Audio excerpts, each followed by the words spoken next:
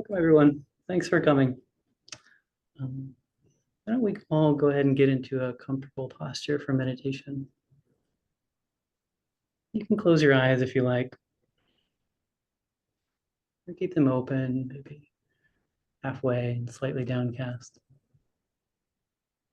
Whatever feels good to you.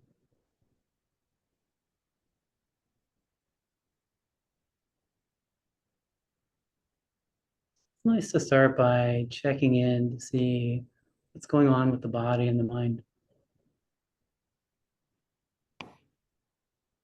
Sometimes the body is calm, sometimes it's agitated. Sometimes it has pain or tension, sometimes it has pleasant feelings.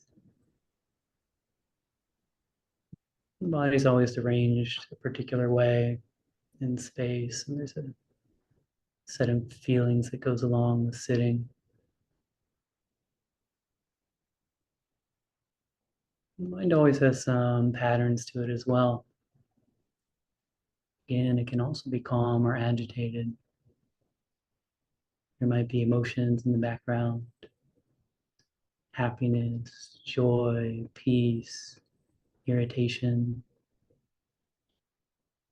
It might be trains of thought, particular things that the mind is concerned about. All of those are okay. You don't need to do anything with them. Just note what's there.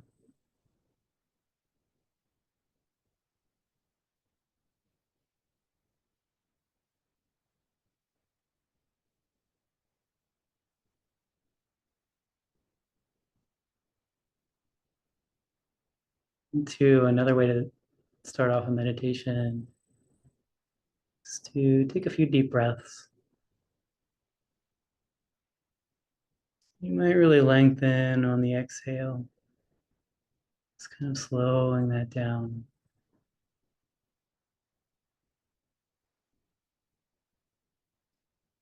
The mind takes its cue from the body. And the body is relaxed as it is when you a slow exhale. Mind sometimes moves in that direction as well.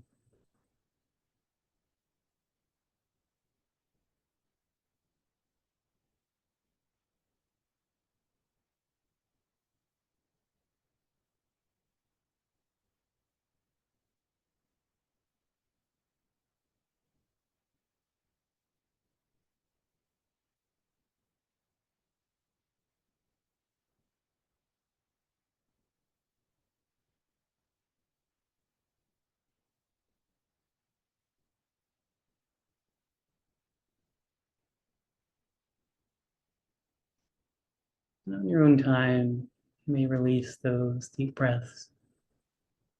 So just let the breath arise as it pleases. It's in a very natural way.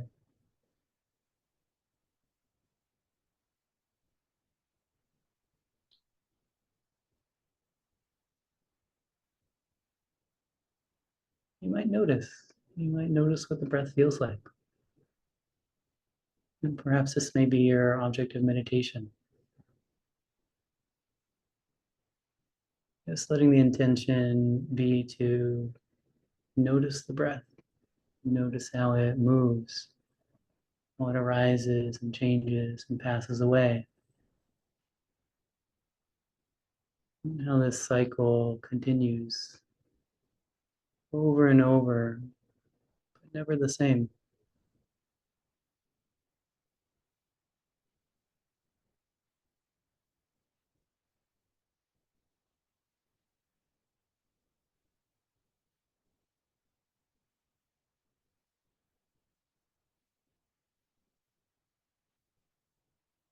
Just relaxing into this posture of noticing, not needing to do anything, not needing to change. The breath is fine just as it is. It will take care of itself. The body will take care of itself. The mind will take care of itself. All you need to do is be present and notice.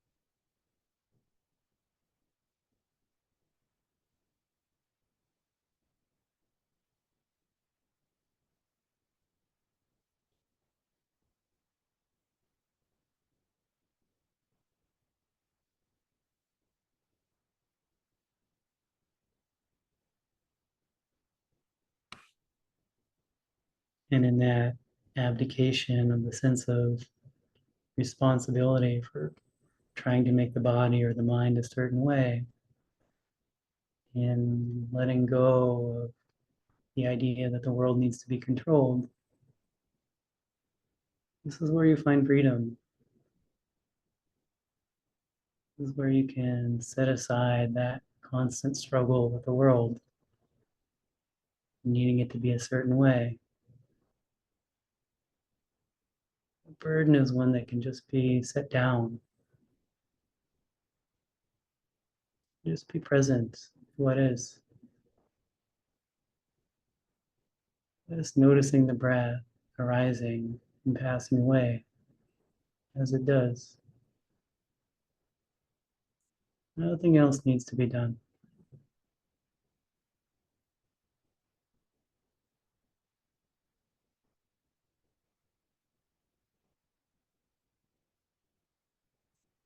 It's freedom from control, inclines the mind towards gentleness. It's having a very tender feeling towards experience. You might see if any of that is there.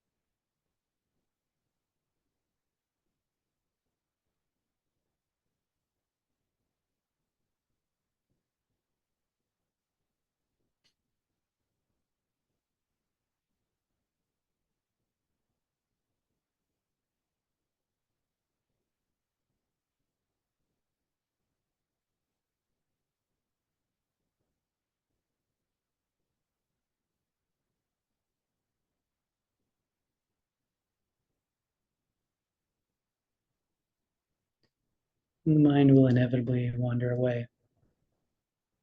Inevitably. And something you might notice when the mind returns, that there's a pleasantness to being present, to not being lost in thought. When you're lost in thought, even if it's a very happy thought, a very joyful thought, there's a dissonance with the world. The mind is pushing away the world that is, and trying to make its own fantasy world. There's a dissonance that comes along with that. that's not pleasant. You might see if you can notice the absence of that dissonance when the mind returns to presence. There's a feeling of wholeness that is present when the mind is present.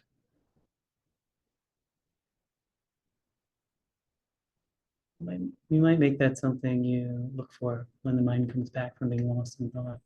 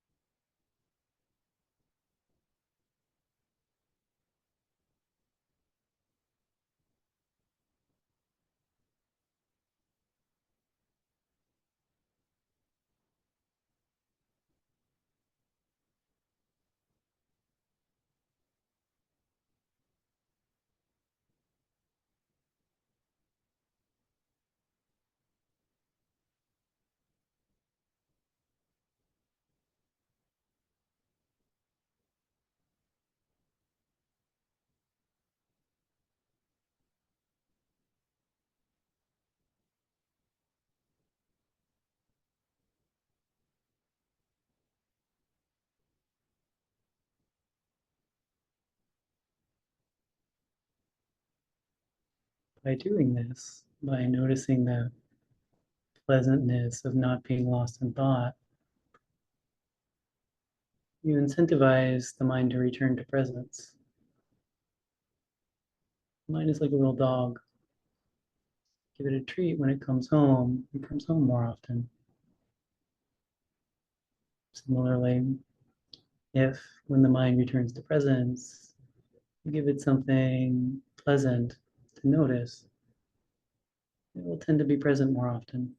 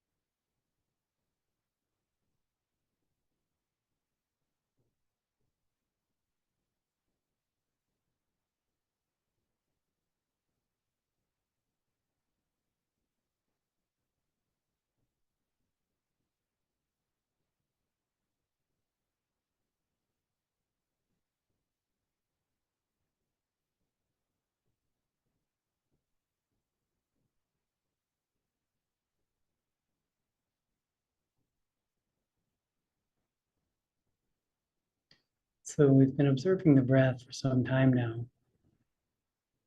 And one way to talk about what's arising in this moment is to talk about the breath. It might have a certain shape and move in a certain way, certain tactile sensations, different patterns of physical phenomena, pleasant or unpleasant feelings. I think about how it moves in response to the world. If there's an agitated mind, it might become quick. If there's a quiet mind, it might slow down. This is one way of understanding what's arising in this moment. I'll offer another way to understand that as well. Just in the same way as you might see an optical illusion. There's a famous picture of a woman that can be seen as an old woman or a young woman. And just in the same way, this present moment can be seen as the breath, or it can be seen as the felt sense of, I am observing the breath. This felt sense is responsive to the world in the same way that the breath is.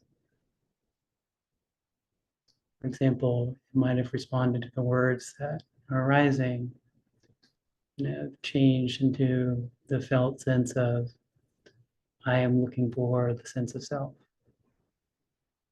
or I am experiencing a thought, or perhaps something else.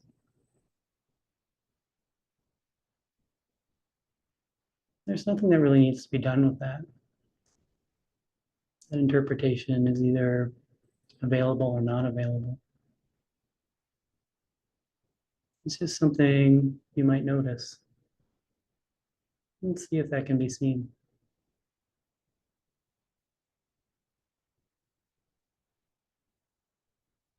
It's not something that takes effort. It's just there and not there.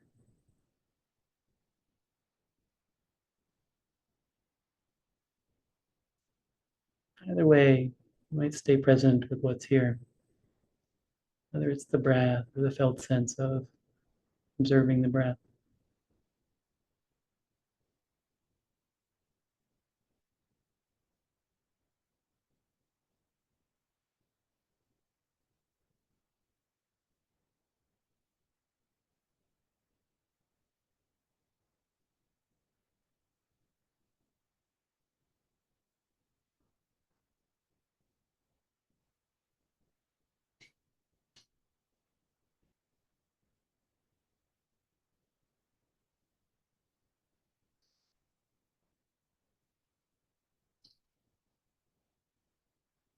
What is present in this moment?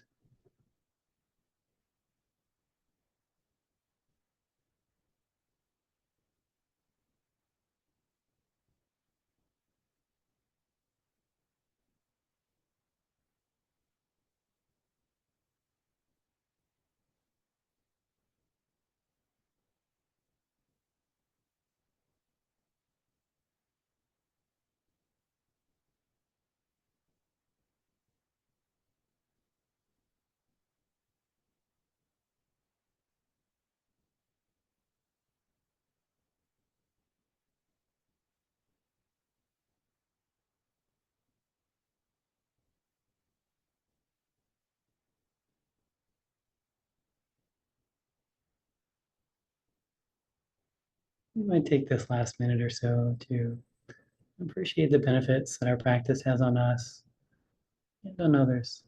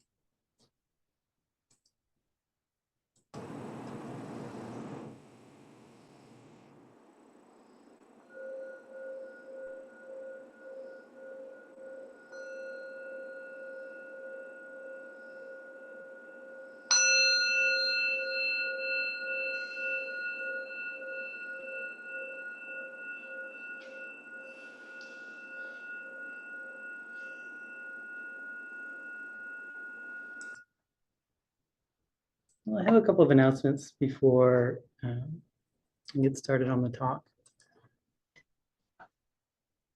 Number one, there's a retreat with Dhamma coming up soon, starting on August 16th. It's in Atlanta, I believe. And on the same weekend, August 17th, there's a brunch for the Sangha that'll be happening here at the vihara at 10 a.m. And starting October 1st, Dhamma is going to be doing a online course on the introduction to Buddhism for 5 weeks. And finally, the autumn gathering, which is the kind of big social event for Dassanaya, is happening on October 5th. So you want to mark that down for your calendar. There's all the announcements for today.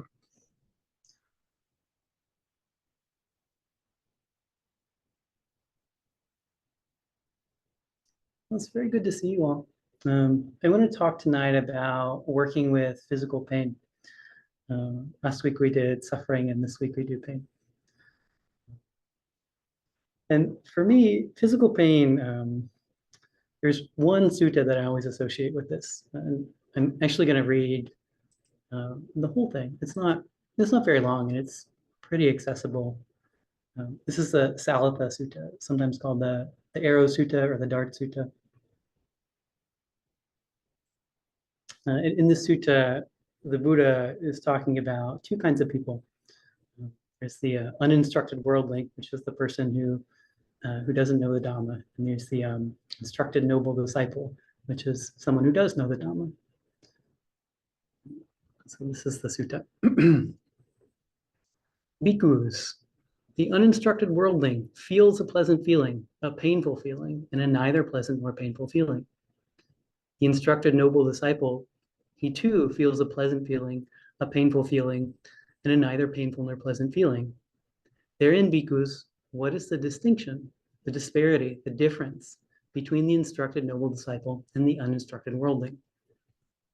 Venerable Sir, our teachings are rooted in the Blessed One, guided by the Blessed One. Take recourse in the Blessed One. It would be good if the Blessed One would clear up the meaning of this statement.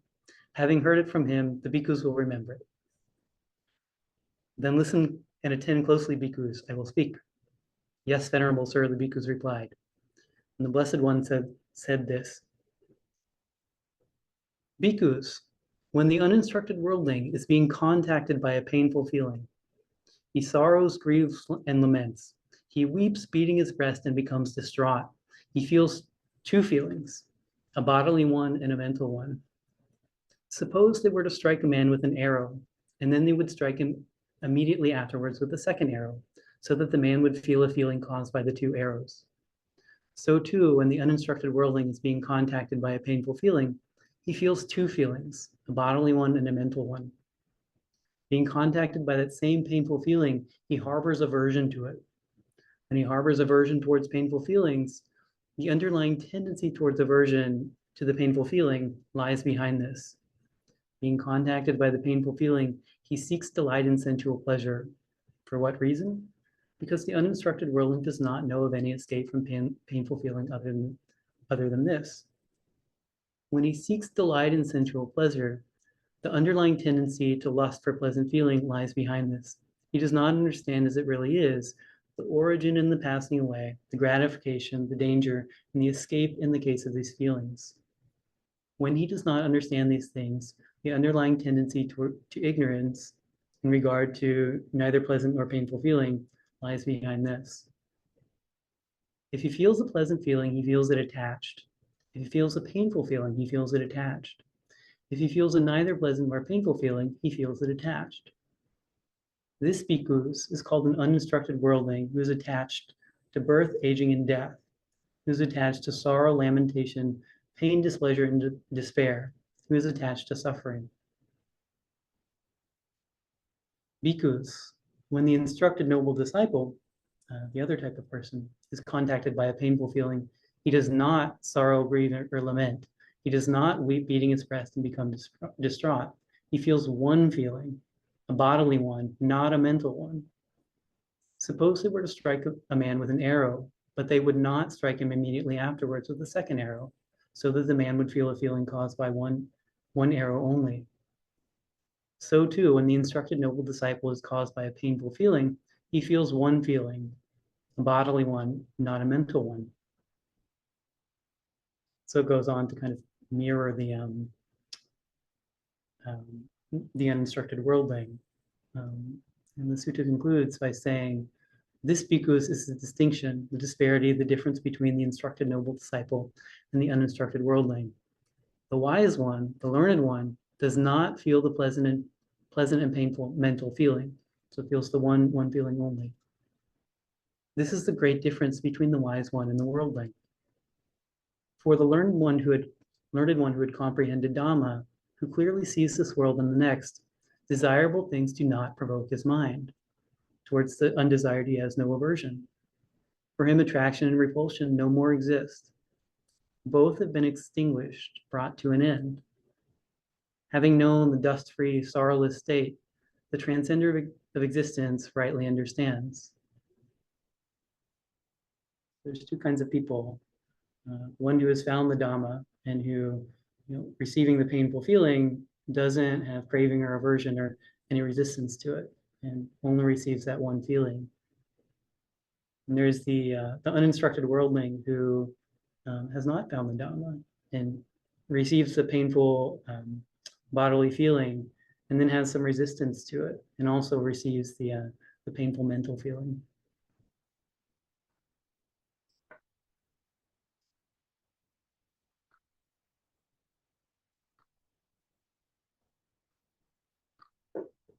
And so I'll offer three things, maybe three techniques to kind of work with this to kind of help ourselves move from this uninstructed worldling to the instructed noble disciple. And so one thing that jumps out at me about the sutta is that if you notice the wording, it wasn't, if you notice the wording, it was like when the painful feeling arises. It was not if. And that is reflective of a very kind of fundamental truth of our human existence. That pain is going to happen. We don't have a choice in that. Those painful feelings, that first arrow is going to occur. It's just a fact of life. There's no getting around that. And our relation to this statement is so interesting to me. I think everybody understands that to be true. If you ask somebody if they're going to have pain in their lives, they're going to say yes. But we don't live that. We don't really believe that deep down. Often when pain occurs, there's feelings like surprise and why did this happen to me? And there's often this feeling of being like affronted that this pain is occurring. And we wouldn't feel that way if we felt the truth of this deep down. And the example of this in my life that usually comes to mind is, I used to be much more physically active when I was younger. And I put a lot of myself into that, my self-worth and my time. And, for a while, I could kind of make progress in that arena and do more things and kind of be better than I was before. But when I hit my early 30s, something about my body started to change, and I couldn't do what I had once done before, and I started not being able to recover from the kind of heavy physical exertions that I had done. And my response to this was about as unhelpful as it could be. I didn't like that. I doubled down. I said, if it's not going to work, I'm just going to try harder. And I did that. So I did more. And the predictable response to that is I started injuring myself with some frequency. I'm remembering a conversation I had with my younger sister, who is not a Buddhist, but she's quite wise. And I was kind of complaining about having pulled some muscle in my back or something. And she pointed out that what I was saying didn't sound very Buddhist. It didn't sound very accepting of what was. She was quite right. And I would love to say that I in that moment I had an epiphany, was able to kind of set that aside and just not be not be attached to not feeling this pain or having a body that worked in a certain way. But it wasn't like that. It took me many years to set that down. This is because the truth of having suffering in our lives, it's hard to accept. That the fantasy that we can go through life without feeling pain is a very pleasant one. And even if we know it's not true, the mind kind of sneaks it into our worldview.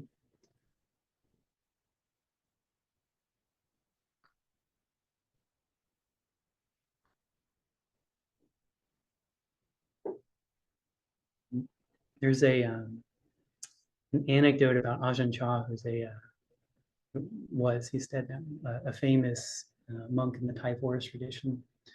And so the anecdote goes, he was traveling to visit a monastery, and he stopped to give a Dharma talk. And during the Dharma talk, he had this nice cup to drink his water out of. And when the monks started asking questions, one very bold monk asked him, we only have these kind of plain and simple cups. Why do you get the fancy one? And the response was something like, the simple cups are so you don't get attached, but this cup that I have, I understand that this cup is already broken. And what he meant by that was not that it was broken in the literal sense, but what he was saying was reflecting the truth of the world, that everything that arises is subject to passing away. And he was saying that he saw that very clearly. He saw the cup as it was, whole and unbroken, but he also saw what it would become, this broken thing. He saw that there was no future in which that cup did not get broken. And when he was able to do that, to kind of hold both of those understandings together, you can't be attached to it because it's already broken. And in this same way, these bodies that we have that feel, sometimes feel very permanent and very capable, and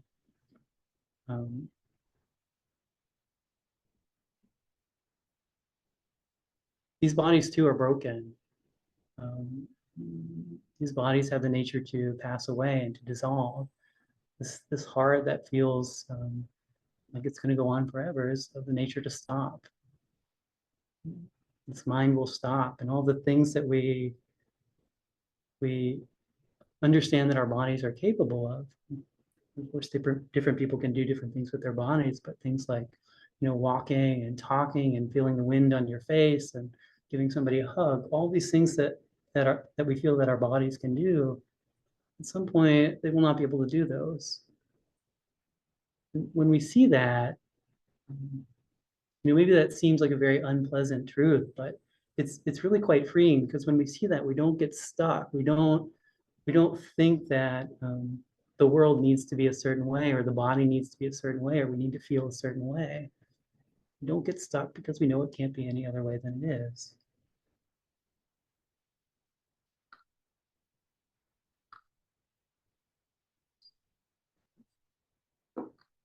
The traditional teaching that's given around this topic is the 5 daily recollections. And 3 of these are kind of applicable to physical pain. I'll read those. I am liable to grow old. I am not exempt from old age. This body is of the nature to get sick and hurt. I am not exempt from sickness and injury.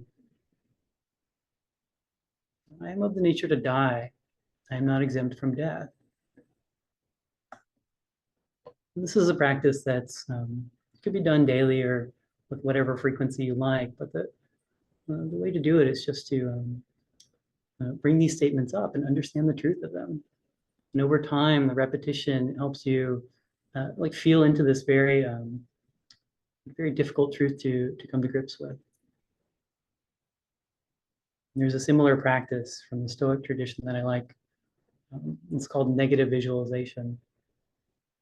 And the idea with that is that these bodies that we have are these amazing things that can do so much, but much of what they do we take for granted. And with this practice, you take something that's functioning well in your body, something that you can do, or some part that works fine or feels good, and you visualize the counterfactual. Like, what would my life be like if this part didn't work, or if I couldn't do this thing? And for example, you might in this moment have two working legs. You might visualize what your life would be like if you broke your legs. I haven't had that experience, but I've had experience of having very difficult knee pain where I couldn't get around. So I might have some ability to visualize what that feels like, or what that would do to my life, how it would be difficult to see people or go to work, and how uncomfortable that would be for me. And then I can look at this present moment when my legs are fine, and I can feel gratitude.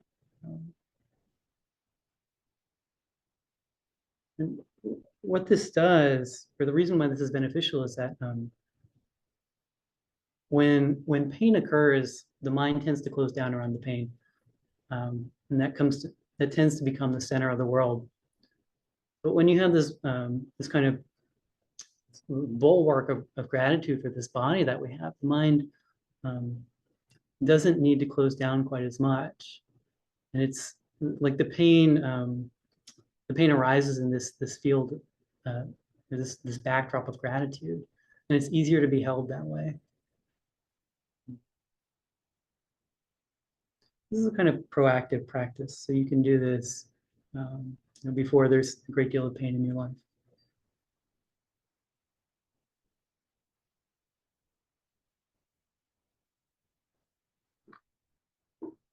You can also talk about what to do with physical pain in the moment.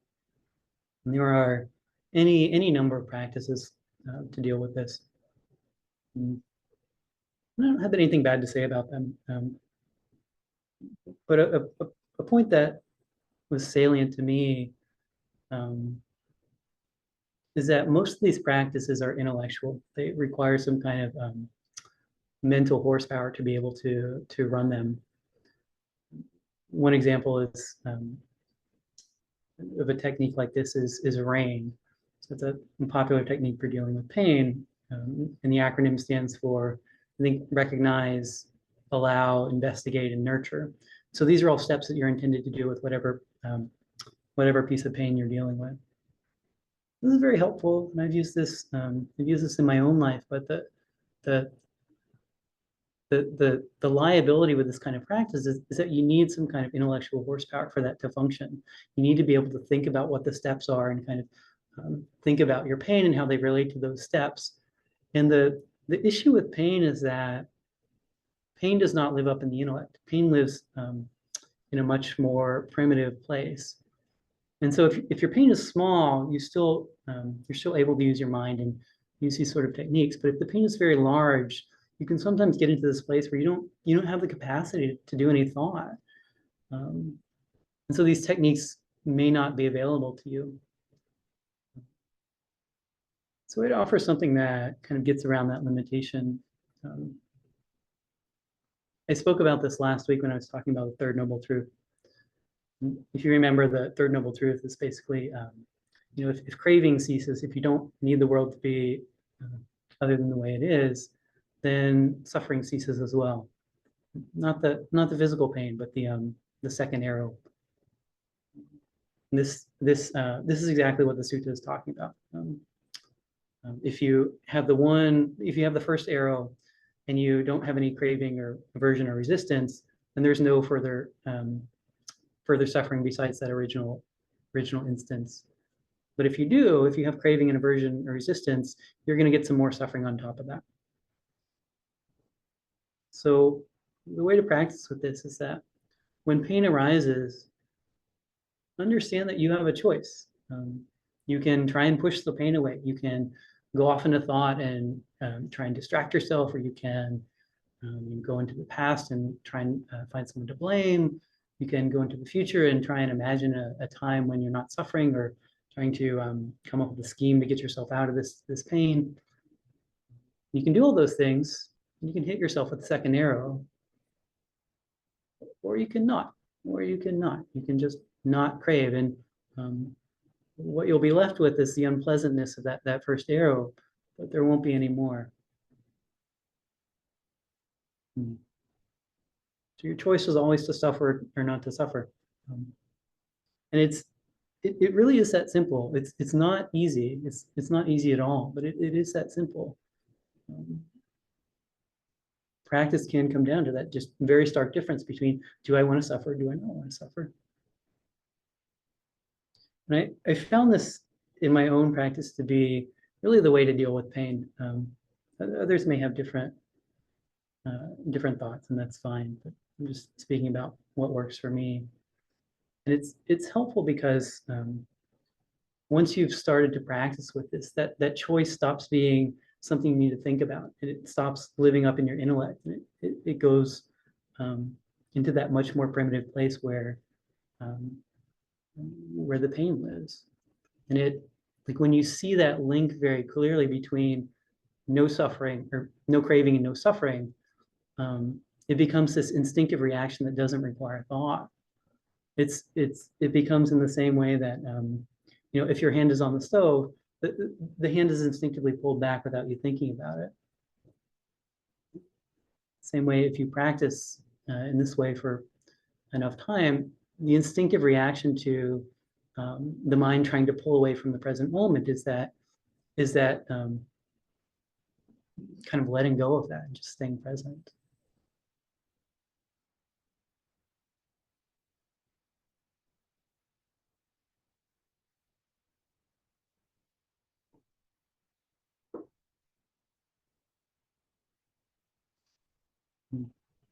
The third thing I would offer is around compassion.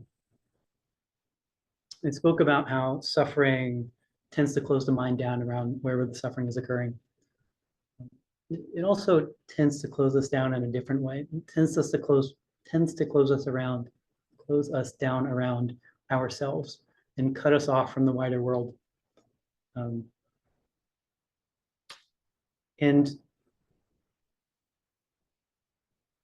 there's something interesting here, though. There's a really interesting path between our suffering and connecting with other people very deeply. The way this works is that in general, compassion is hard sometimes because we don't see the other person suffering clearly. If your friend comes to you and tells you that, I've lost my job and I'm worried about paying rent or getting food for my kids, you're probably going to have some compassion for them. But if you don't have experience with that, or you're not going through that yourself, it's going to be limited because you can't feel his suffering directly. But with this, like when we have physical pain, when we can feel our suffering directly, and the link to others is that whatever we're feeling, whatever broken leg or headache or whatever pain we're feeling, we can know that there's some large number of other people in the world who are feeling that same pain in this very moment. And so we can have access to this like great deal of compassion because we can feel what they're feeling very deeply. And we can empathize very strongly. This opens a doorway to caring for others that is often not present, even when we're feeling good and feeling very kind of able to practice normally. This can be very good. And when the mind opens up, it can feel completely different. The tenor of being in pain can feel very different if you're also feeling this great compassion for others in the world. In the same way that the pain is different when it's held in a backdrop of gratitude, it's different when it's held in a backdrop of compassion. There might even be an element of support from understanding that there are all these other people going through the very same thing as you are. And I love this because this unpleasant and unwanted pain, when you see it this way, can become the seed of this very lovely flowering of compassion. And it's so powerful because the stronger your pain, the greater your potential empathy. Um, you hear about people going through very difficult times in their lives, maybe some kind of long struggle with cancer or very difficult chronic pain. And you hear about this sometimes changing people and just making them just like so compassionate to others. Mm.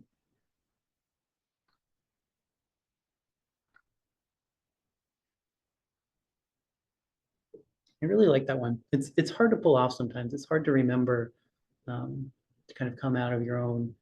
Um, it's like microscopic focus on yourself, but it can be very powerful. So some closing thoughts. I guess I was kind of of two minds when I was writing this talk.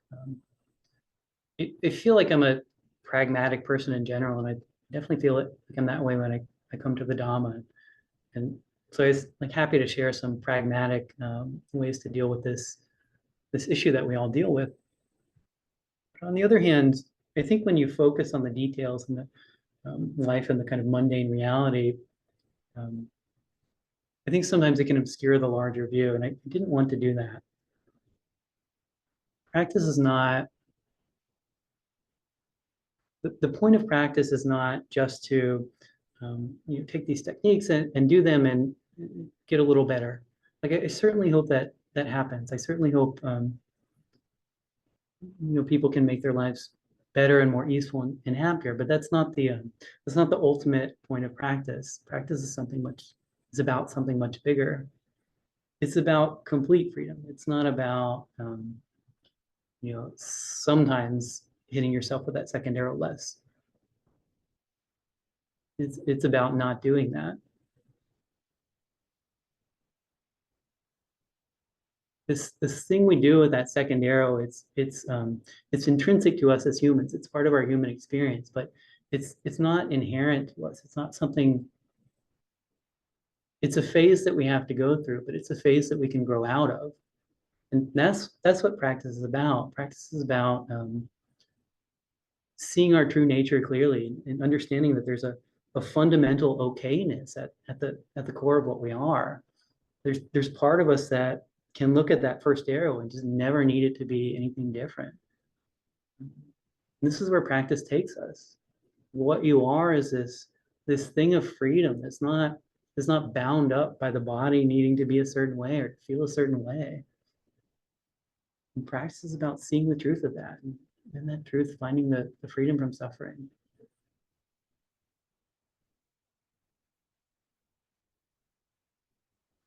That's what I have tonight. Thank you all.